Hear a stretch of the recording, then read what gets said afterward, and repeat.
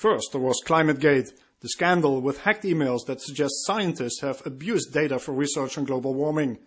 Now another international climate scandal is emerging that may have an impact on the talks in Copenhagen.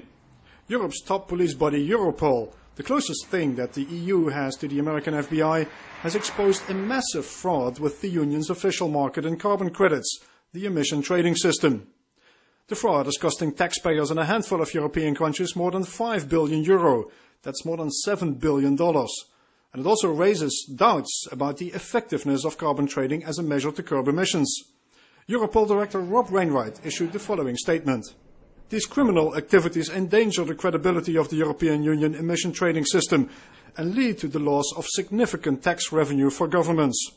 Police authorities in Belgium, Denmark, France, the Netherlands, Spain and the United Kingdom have worked together in what Europol calls a process to identify and disrupt the organized criminal structures behind these fraud schemes.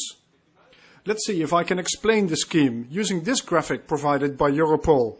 The fraud is based on what tax experts and investigators call a carousel fraud with missing traders.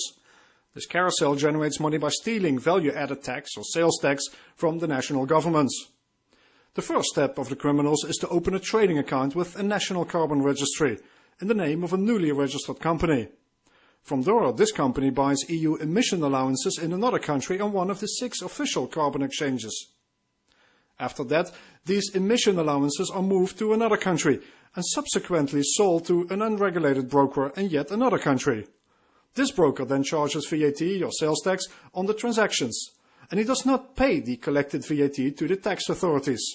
And just before they realize that this company owes them huge amounts of VAT, basically a period of a few months, the company and its owners disappear.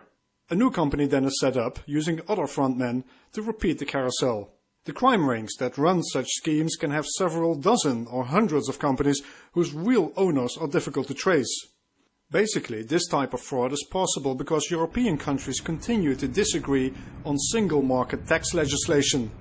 Carousel fraud, therefore, is a constant feature in the European cross-border market.